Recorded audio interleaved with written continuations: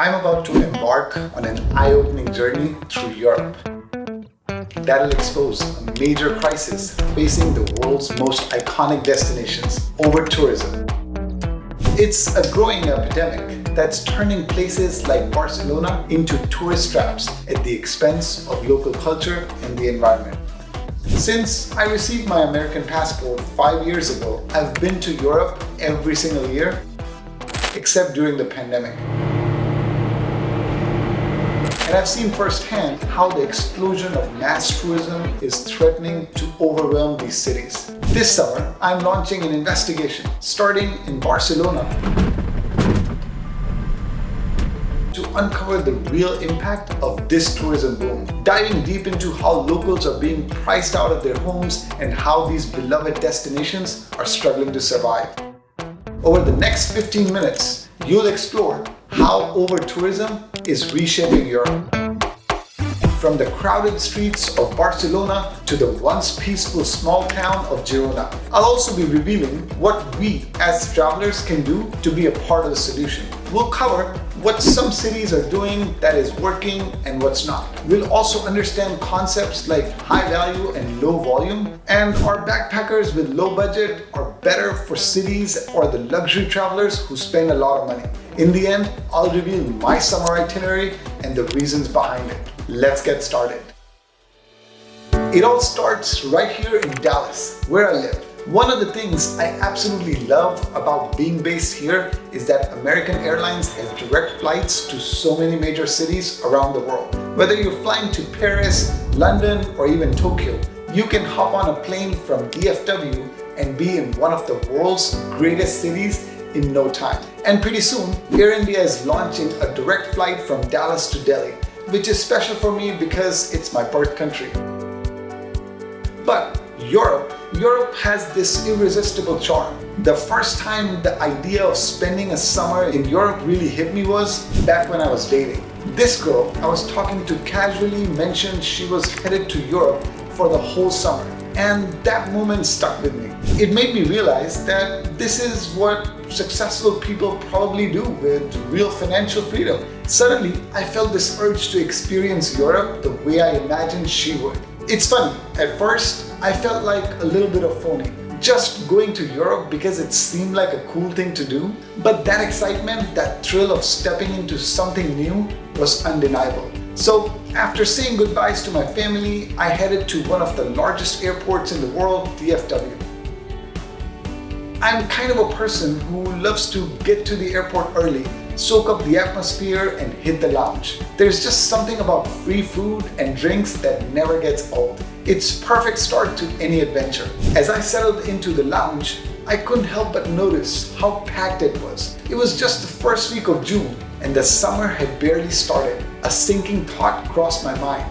Was this already a sign of over-tourism I'd be exploring? The lounge seemed like it was pretty full, and only the executive platinum members or people flying business or first class had access to it. Would my flight to Barcelona be just as crammed, or would there be a few empty seats? The anticipation built. But eventually, I hopped in the plane and touched down in Barcelona. As I made my way through the bustling city streets to my hostel, I couldn't help but wonder, am I a part of the problem?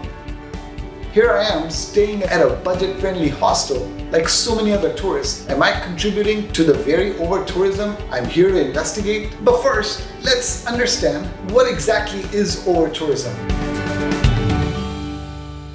Well, it's when a place attracts more visitors than it can handle. This might sound like a good problem to have, but it can actually cause a lot of damage. Too many tourists can overwhelm local services, pushing up housing prices, and even harm the environment. In places like Barcelona, over-tourism has made it harder for locals to find affordable housing. As short-term rentals drive up costs, it also puts a lot of pressure on the city's infrastructure, with more visitors than ever using roads, public transport, and services that locals rely on. Okay people, this is gonna be my room. After checking in, it hit me just how packed everything was. It was crazy. Don't get me wrong, it seemed like a lot of fun. There were games, a pool, a restaurant, a bar, music playing, and alcohol flowing freely. Everywhere I looked, young people were mingling, having a great time. But it was clear that this wasn't just a typical day in Barcelona. The sheer number of people made it obvious. Over-tourism is in full swing here. Solo travelers staying in hostels do contribute to over-tourism, but they're generally considered a smaller factor compared to large-scale tourism, such as mass tourism driven by package tours, luxury travelers, or cruise ships. So many cities are now putting a restriction on how many people can offboard from a cruise ship. Hostels are typically more budget-friendly and attract a different kind of a traveler, usually more conscious of their impact, staying longer and spending money on local businesses, which can benefit the local economy more than tourists who stay in high-end hotels or short-term rentals. This argument explains what cities actually want: the concept of high-value, low-volume tourists. Cities prefer tourists who stay longer, respect local culture, and spend more. Surprisingly, studies show that backpackers contribute more to the local economy as they use public transport and stay longer, compared to luxury travelers who contribute to environmental damage. However, in cities like Barcelona, even solo travelers in hostels can still contribute to overcrowding, strain on local infrastructure, and environmental pressure, especially when the overall volume of tourists exceeds what a city can handle.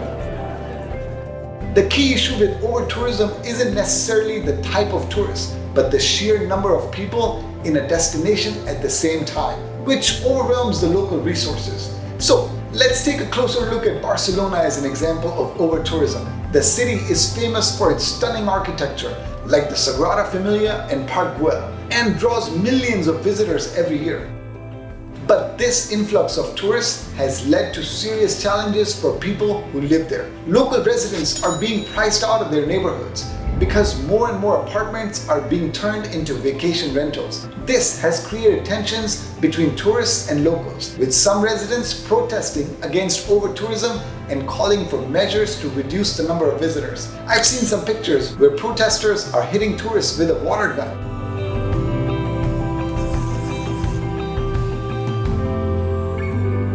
Barcelona's story is becoming more common in many other tourist destinations around the world. But really, global tourism will contribute $11.1 trillion to economy, with 330 million people employed. Growing markets include India and China with an increasing number of tourists. So how can it be so bad for locals?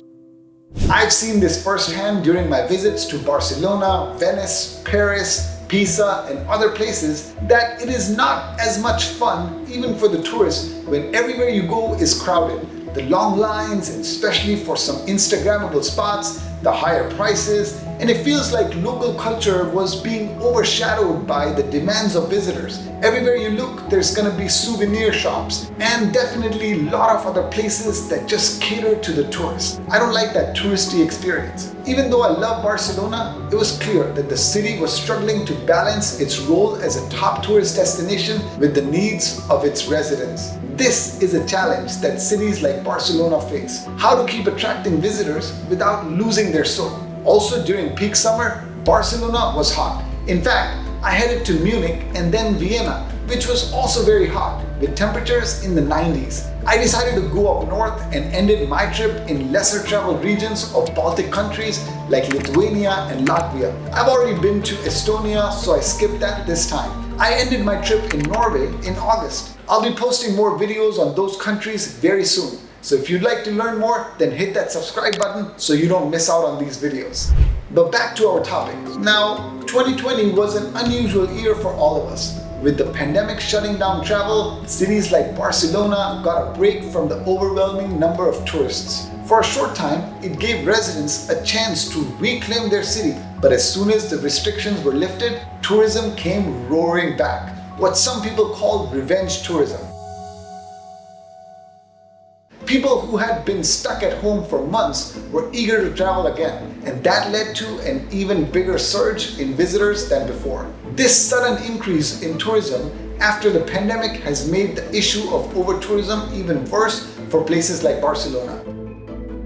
The challenge also comes when you have someone saving up for a long time to take that much awaited European summer vacation. How could they not go to Eiffel Tower or Leaning Tower of Pisa or Amsterdam or Mount Titlis in Switzerland? So I had this friend joining me from India, and she had to go through trouble of getting a Schengen visa, and then she wasn't sure if she was gonna come back anytime soon to Europe. This was a joint itinerary for 3 of us traveling together. So we both made some compromises, and I ended up going to Switzerland again, and both of these women came with me to Vienna and Budapest, which was a blast. So what can you do to help? As travelers, we have a responsibility to be more mindful of the impact that we have on these places that we visit. One of the simplest things we could do is travel during off-peak seasons. But it's easy to say for someone who is single and can work from anywhere like me. What about people traveling with kids? The school holidays come at the same time for a large number of Americans. There needs to be more thought put into this, along with a global conversation about it. For some of us though, instead of visiting during summer months when tourist numbers are highest, we can plan trips for spring or fall when the pressure on local services is lower. We can also make a conscious effort to support local businesses, eat at family-owned restaurants, and stay in accommodations that benefit the local economy rather than global chains. Every little bit helps when it comes to making tourism more sustainable. In the end, tourism is a wonderful thing. I have learned so much by traveling to 55 countries over the past 5 years, and for me to argue that young people or the people who can now afford to travel from India and China should not would be hypocrisy. Tourism allows us to experience new cultures, meet new people, and see the world in a way that enriches our lives. But it's important to remember that these places we visit are home to others, and we need to respect that. We need to find a balance between enjoying these incredible destinations and preserving them for future generations. So, next time when you travel, whether it's to Barcelona or anywhere else, I encourage you to be more conscious of your impact. Travel smarter, travel respectfully, and let's work together to make sure over-tourism doesn't ruin the places we love. Thanks for watching, and I'd love to hear your thoughts in the comments below.